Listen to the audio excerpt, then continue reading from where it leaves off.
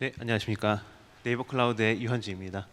오늘 저희가 소개해드릴 내용은 네이버 클라우드 안에 있는 AI R&D 조직으로서 지금 튜터에 대해서 어떻게 그리고 왜 하고 있는지 뭘 하고 있는지 이걸 좀 소개해드리도록 하겠습니다. 사실 좀 이제 민감한 부분입니다. 요즘 튜터가 워낙에 이제 얘기가 많아가지고 특히 이제 뭐 이렇게 학교에 있는 그 출판사라든지 또 정부에서 너무 얘기가 많아서요. 저 조금 조심스럽기는 한데요. 근데 이제 그 여기 너무 잘 경험하시겠지만 사실 학교에서는 교육뿐만 아니라 많은 행정일도 있고 여러 가지 일들이 있다 보니까 항상 이제 그 학생들을 위한 교사 수는 부족한 상황이고요. 또 이제 저희가 이제 여러 기관들을 만나고 얘기를 듣다 보면 지역별로 그다음에 재원에 따라서 격차도 굉장히 많이 심한 상황입니다. 그래서 제일 좋은 어떤 교육 환경을 좋은 교사분들이 다 제공해 주시면 제일 좋겠지만 우리나라가 교육뿐만 아니라 의료도 그렇고 굉장히 이제 적은 리소스로 고효율을 달성해야 되는 문제들이 많다 보니까 그걸 어떻게 하면 달성할 수 있을까에 대한 고민이 되게 많이 있고요. 특히 저희 네이버 클라우드는 AI를 이제 그 메인 사업으로 하는 기업이다 보니까 그럼 이러한 것들을 저희가 기술로 좀 해결할 수 있는 혹은 도와드릴 수 있는 부분이 어디 있을까 이제 찾아보고 있습니다. 특히 이제 최근에 월드뱅크에서 나왔던 연구 결과 아마 에듀테크 관심 있으신 분들은 다 아실 것 같은데요. 과목 자체는 굉장히 이제 컴퓨터 과학이나 이런 쪽에 돼 있기 때문에 어떻게 보면 아주 이제 일반적으로 우리가 모든 교육을 이렇게 다 적용할 수는 없겠습니다만은 특정 교육에 대해서는 아주 고효율로 6주 만에 2년치 어떤 교육 과정을 돌파할 수 있는 그런 결과가 나왔습니다. 그래서 이게 지금 월드뱅크가 이제 여러 나라를 대상으로 비슷한 실험들 계속 소개하고 있는데요. 이런 것들을 보면서 AI가 확실히 우리가 들어갈 수 있는 부분 있다, 활용할 수 있는 부분, 네 그렇게 판단하고 있고요. 이스라엘 같은 경우에도 이제 그 연초에 전체 공교육의 AI 튜터를 특히 이제 아바타 형태로 좀 어떻게 보면 실험적인데요. 도입하겠다고 한 발표를 한 적도 있고 에스토니아뿐만 아니라 중국, 인도, 영국 다 이런 곳에서 이제 AI에 대한 공교육 도입에 대해 계속 진행이 되고 있습니다. 그래서 핀란드나 북유럽 같은 일부 나라에서는 롤백도 있지만 전체적으로 봤을 때 이게 사실 이제 어떻게 쓰느냐의 문제인 것이고 들어가는 것 자체에 대해서는 전 세계적으로 비슷한 양상을 보이고 있습니다. 그리고 저희가 하고 있는 AI 특히 이제 저희가 그 클로버 X라는 서비스로 제공하고 있는 AI 같은 경우에는 흔히 잘 알고 계시는 챗GPT의 일종의 하이퍼 클로버 버전인데요. 그런 것들을 통칭해서 생성형 AI라고 하죠. 그래서 올해 이제 하버드 비즈니스 리뷰에서 나왔던 그 중 하나가 그럼 과연 그 생성형 AI 어디 제일 많이 쓰시냐 이런 글이 있었습니다. 그래서 제 1위로 되어 있는 게 세라피나 컴패니언십 이렇게 나와 있는데요. 그래서 오늘 정말 그 우리 잼민이가 너무 날 힘들게 했어요. 어떻게 해야 될까요? 막 이런 것들 이제 하소연하는 거죠. 그럼 그걸 듣고 너무 힘드시겠습니다. 요게 이제 가장 많은 사용 레이긴 합니다. 그래서 그런 것들이 제일 많지만 그 다음으로 이제 4위에 랭크되어 있는 게 인핸스드 러닝입니다. 그래서 뭘 모를 때 내가 이걸 탐구하고 또 학습하는 데 쓰는 이게 사실 이제 생성형 AI 제일 많은 그 유스 케이스 중 하나거든요. 그래서 생성형 AI가 사실 이제 교육적으로는 자연스럽게 이제 많이들 활용하고 계시다 이렇게 볼 수 있고요. 그다음에 이제 이 책 제가 되게 재밌게 읽었고 아마 또 많은 분들도 이미 읽으셨을 것 같아요. 그래서 제가 여기서 제일 인상 깊게 느꼈던 것 중에 하나는 그 오픈 AI에서 오픈 AI의 챗GPT를 이렇게 공개하기 전에 사실 이미 이제 많은 도메인에 컨택을 해가지고요. 사실 제가 이제 그 의료 AI도 많이 다뤘었는데 의료도 책이 한 권이 따로 있습니다. 그래서 도메인별로 오픈 AI가 굉장히 괜찮은 연구자나 아니면 서비스를 컨택을 해서 우리 이렇게 런칭을 할 건데요. 이 분야의 혁신을 같이 보여줬으면 좋겠습니다 하고 이제 얘기를 한 거죠. 그래서 이제 그 칸 아카데미에서 굉장히 빠르게 했던 게 칸미고였고 사실 그게 제가 봤을 때 여태까지 나와 있는 모든 어떤 AI 튜터 중에서도 매우 안정적이고 아주 좋은 서비스라고 이제 생각을 하고 있습니다. 네. 그래서 저희는 이제 이런 것들에 대해서 그러면 우리 네이버 혹은 우리나라에서는 이제 어떤 식으로 할 수 있을까? 그래서 처음에 이제 저희가 그 봤던 사업이 바로 AI 디지털 교과서 사업이었습니다. 그래서 저희가 직접 서비스를 만들진 않지만 이 AI 디지털 교과서를 제공하는 많은 출판사분들이나 개발사분들하고 협력을 하면서 이런 AI는 좀 어떻게 개선하면 좋을까요? 아니면 이런 건 너무 비싼 것 같은데 어떻게 하면 할 수 있을까요? 이런 것들 다 그 협력을 했었는데요. 다만 이제 중요한 거는 그 AI 자체는 사실 교과서에서 어떤 하나의 보조 기능인 것이고 중요한 건 전체적인 어떤 프로세스 그다음에 이걸 어떻게 잘 활용하는지 이게 얼마나 안전한지 효과적인지 이런 것들을 검증했어야 되는데 그런 것들이 사실 선결이 되지 않으면서 결국 이제 AI 자체에 대해서는 구현도 만족스럽지 않고 실제로 주목도 많이 받지 못하는 그런 안타까운 일이 있었습니다. 그럼에도 불구하고 저희는 계속 이 여정을 진행하려고 하는데요. 지금 보시면 지금 정권의 그 어떻게 보면 대선 캠프의 교육 정책을 담당하는 이런 교육미래자치위원회에서 또 이제 정책 제안서 쓰신 것들을 보시면 튜터 GPT 같은 용어가 있습니다. 사실 이제 GPT라는 용어는 더 이상 우리가 쓰면 안 됩니다. 그건 오픈 AI의 어떤 상표라서. 근데 어쨌든 여기 정책 제안서에는 튜터 GPT를 만들겠다 이런 것들을 이제 표기하고 있습니다. 그래서 어떻게 보면 디지털 교과서에 있는 그런 것들이 아니더라도 AI 튜터를 공교육에 넣는 거에 대해서는 모두가 지금 비슷한 시각을 갖고 있는 것으로 파악이 됩니다. 그래서 튜터라는 게 사실 그 기존에도 이미 민간 부분이나 아니면 일부 교육청에서는 이미 다 서비스하고 계시거든요. 문제 풀면 답변도 주고. 근데 그걸 이제 뭘 더 바꿔야 되나 이렇게 생각하실 수 있습니다. 기존에 있는 튜터들은 대부분 어떤 규칙 기반의 튜터인 경우가 많습니다.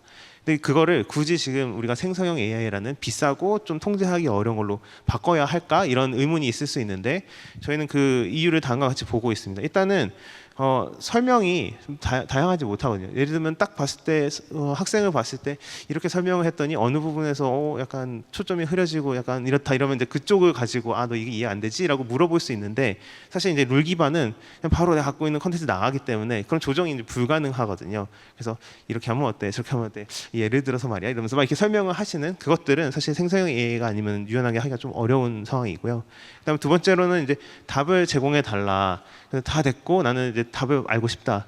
그래서 기존의 룰 기반 같은 경우에는 딱 설명을 해줬는데 모르겠으면 더 쉽게 버튼 막 누르다 보면은 점점 좀 쉽게 하다 이제 포기하면은 그냥 바로 답과 해설지가 나오는 방식이죠. 근데 이제 중요한 거는 모르겠는 게 그럼 구체적으로 어디를 모르겠는 건가? 아예 문제가 이해가 안 되는 거니? 아니면은 네가 여기 덧셈에서 나눗셈이 잘 안 되는 거니? 이런 식으로 좀 인터랙티브하게 하려면 그러려면 이제 생성형 AI가 들어가서 인터랙션을 해야 되는 거죠. 그런 것들도 있고 그다음에 마지막으로는 어쨌든 컨텐츠는 고정이 되어 있습니다. 그래서 우리가 줄 수 있는 건 한정이 되어 있는데 생성형 AI는 굉장히 많은 방대한 지식을 이미 담고 있고 거기서 끄집어내는 거거든요. 그래서 문제를 꼭 이렇게 안 풀고 다르게 풀 수는 없어요라든지 아니면 이 어떤 사실은 굉장히 흥미로운데 이 역사적 사실과 관련해 또 다른 어떤 재미있는 에피소드는 없을까 이런 것들에 대한 어떤 발사는 사실 기술적으로는 쉽진 않죠. 그러니까 통제를 하는 게 쉽진 않지만 충분히 우리가 어떤 범위 내에서 달성할 수 있기 때문에 훨씬 풍부한 튜터가 될 수 있겠습니다. 그래서 어떻게 보면 한마디로 정의하면 조금 더 선생님 같을 수 있다 이렇게 얘기할 수 있겠습니다. 그렇지만 이제 AI 튜터에 대해서 저희도 걱정과 그 기대가 있습니다. 기대에 대해서 또 서포티브한 논문들도 많이 있습니다. 그래서 네이처 자매지에 나왔던 것들은 어떻게 보면은 학습 퍼포먼스 인지도 고도화된 어떤 추론 다 올라가더라라는 내용의 논문도 나왔습니다만요. 제가 여기 논문을 갖고 오진 않았지만 얼마 전에 이제 MIT에서 나왔던 것 중 하나는 챗GPT 가지고 글쓰기를 시켰더니 인지 부채가 높아졌다. 그게 무슨 얘기냐면 그걸 뺏었더니 글을 쓰지를 못하더라. 그리고 챗GPT 갖고 글 쓰면은 방금 전 쓴 글도 한 80%는 기억을 못하더래요. 그러니까 그건 쓴 건 아니죠. 그냥 갖다 붙인 거니까. 그러니까 그런 어떤 어려움들. 그래서 결국에는 더 능력이 퇴화하는 그런 문제들이 있습니다. 그래서 지금 중요한 것은 쓴다 안 쓴다가 아니라 이제 어떻게 쓰느냐가 진짜 중요하다. 이런 담론이고요. 그다음 저희가 조금 더 기술적인 얘기로 가면 사실 AI 자체도 좀 편향과 이런 것들이 있습니다. 그래서 예전에 많이 나왔던 예시 중에 하나가 소방관을 그려달라라든지 아니면 소방관 묘사해달라면 남성으로 묘사를 한다던가 이런 것들이죠. 그리고 이제 사우디 같은 데서도 뭐 테러리스트를 그려자면 다 이제 터먼 두르고 있고 이런 것들이 이제 굉장히 이제 편향에 된 시각인 거고요. 어떻게 보면 중동에 있는 아이들은 우리 아빠 같은 사람이 테러리스트로 막 그려지는 그런 거는 좀 쉽지 않습니다. 그리고 또 그 재정적 격차, 특히 챗GPT도 그렇고 저희 서비스는 사실 유료 서브스크립션이 많지는 않은데요. 어쨌든 그런 유료 서브스크립션들이 비쌀수록 성능도 더 좋고 더 좋죠. 근데 아예 이제 돈을 낼 수 없는 친구들은 혹은 아예 인터넷조차 안 되면 이제 그런 것들에 소외가 되는 거고 그럼 격차는 계속 심해집니다. 그래서 우리가 고민해야 되는 거는 얼마나 이제 비용 효과적으로 좀 이런 격차 없이 할 수 있느냐 이런 것들에 대한 고민이 많이 있고요. 그래서 어떤 나라들은 아예 전 국민한테 바우처를 준다던가 하는 방식으로 해결하기도 하고 또 어떤 기업들 저희를 포함해서 무료 모델도 공개를 하는 등 여러 가지 이제 시도를 하고 있죠. 근데 저희가 그럼에도 불구하고 그래도 튜터를 우리가 만들긴 해야겠다라고 이제 느낀 이유가 있습니다. 올해 한 해 그리고 작년 한 해 동안 쭉 진행을 하다 보니까 이게 하이퍼클로바라는 AI를 쓰는 것도 사실 만든 사람보다는 이거 그냥 쓰시는 분들이 더 어려울 수 있다. 반대로 얘기하면 죄송합니다. 반대로 얘기하면 만든 사람이 갖다 쓰는 게 더 쉬울 수 있으니 방법을 찾는 거라면 우리가 찾아드리는 게 맞지 않을까? 그래서 여러 가지 이제 페인 포인트들이 있는데 그것들을 우리가 먼저 해결하고 자 이제 한번 써보시죠 하는 게 맞지 않겠나 이렇게 생각을 했습니다. 그래서 마치 이제 구글의 안드로이드 OS를 위해 구글 폰이 있고 그다음에 엔비디아 GPU도 레퍼런스 CPU 있듯이 저희도 이제 레퍼런스 튜터를 좀 만들어야겠다라고 생각을 했습니다. 참고로 이 레퍼런스 튜터라는 거는 그 AIDT 같은 건 서비스는 아니고요. 정말 튜터링만 하는 친구라고 보시면 되겠습니다. 그래서 저희가 기존에 있었던 문제 의식 중 하나는 일단은 아까 말씀드린 것처럼 버튼형 인터페이스 이런 것들이 대부분인 경우가 많고요. 질문을 했을 때도 이걸 계속 그 맥락을 가지고 전개를 할 수 있는 게 아니라 뭐 예를 들면 근데 저 부분은 뭐예요? 아니면 거기서 이걸 더하는 게 맞아요? 저는 빼는 것 같은데 이런 것들에 대해서 맥락 유지가 안 됩니다. 그냥 한번 물어보면 답변이 끊기고 그래서 그런 문맥을 계속 그 유지하는 것들 이런 것들을 좀 저희가 구현해 보려고 했었고요. 그다음 아까 잠깐 말씀드린 것처럼 컨텐츠가 제한이 돼 있다 보니까 발산할 수 없잖아요. 특히 어려운 점 중 하나가 이제 선행학습 금지법도 되게 이제 스트릭하게 적용이 되다 보니까 영어 단어도 이 단원에 안 나온 내용은 아예 얘기도 못하는 이런 좀 제한이 있었습니다. 그래서 저희는 그래 레퍼런스 튜터니까 우리가 디지털 교과서는 아니니까 그런 것들 좀 완화해서 만들어 보자. 나중에 이제 걸면 되니까요. 그래서 그런 거를 좀 더 유연한 범위로 정의하고 이제 접근을 했었고요. 그다음 흔히 스캐폴딩이라고 하죠. 그래서 요렇게 하면 어때? 저렇게 하면 어때? 그다음에 넌 이게 모르겠니? 하는 그런 인터랙션을 좀 더 강조해 보았습니다. 그래서 그렇게 저희가 좀 진행을 해봤다. 근데 이제 이렇게 말씀을 드리면 근데 그 챗GPT 이제 GPT-5도 오늘 나왔죠. GPT-5도 나왔고 그렇게 잘 되는데 이거 꼭 굳이 이렇게 하이퍼클로바로 해야 합니까? 뭐 이런 얘기들 나옵니다. 그럼 이제 자연스럽게 할 수밖에 없는 얘기가 소버린 AI입니다. 저희가 이제 보면은 어떤 분들은 이게 저희 세일즈 프레이즈로 생각하시는 분도 있는데 실제로 저희가 개발을 하다 보면 되게 중요한 문제입니다. 그래서 전략 자산화라는 게 뭐냐면 미국이 2024년에 어떤 천명을 했냐면 이제부터 AI는 굉장히 중요한 전략 자산이다. 그래서 나라가 통제할 수 있다. 그래서 사실 미국은 2021년부터 국가안보부에서 이제 AI 분과에 전 구글 회장님이죠 에릭 슈미트 위원장이 이제 공표를 했어요. AI는 이제 전기나 아니면 핵무기처럼 되게 중요한 인프라이기 때문에 미국이 영속적인 어떤 인류 국가가 되려면 다른 나라들이 못 쫓아가게 다 밟아놔야 된다. 이게 이제 결론입니다. 그 무브먼트에서 쭉 가던 게 최근에 중국이 엄청 쫓아오니까 미국이 이제 다급해지면서 오만 제재를 가하고 있죠. 예를 들면 GPU를 아예 수출을 안 해버린다든지. 근데 이제 저희는 그 다음에 이슈는 어떤 것들이 있다고 생각하냐면 아예 AI를 차등 지급하는 것도 생각합니다. 그래서 오늘 GPT-5가 나왔지만 우리가 만약 너무 잘하면 어느 순간 이제 우리한테 안 줄 수도 있는 거죠. 그리고 오픈웨이트 얘기하시는 경우도 있는데 그것도 라이센스라는 건 내일도 바뀔 수 있는 겁니다. 실제로 메타도 지금 오픈웨이트 정책을 조만간 포기하겠다고 얘기를 했죠. 그래서 그런 것들에 대한 대응 필요합니다. 그리고 마지막으로 아까 터번두른 테러리스트 나오는 것처럼 그런 것들에 대한 컨트롤을 우리가 할 수가 없습니다. 갖다 쓰면. 그래서 이제 저희가 봤을 때 튜터에서 중요한 요소는 두 가지입니다. 하나는 생성형 AI 자체가 잘 만들어져야 되는 거고, 그다음에 두 번째는 얘를 갖다 쓰는 엔지니어링. 요즘 이제 그걸 컨텍스트 엔지니어링하고 이제 통칭을 하는데 이제 그것들을 잘 해야 된다. 네.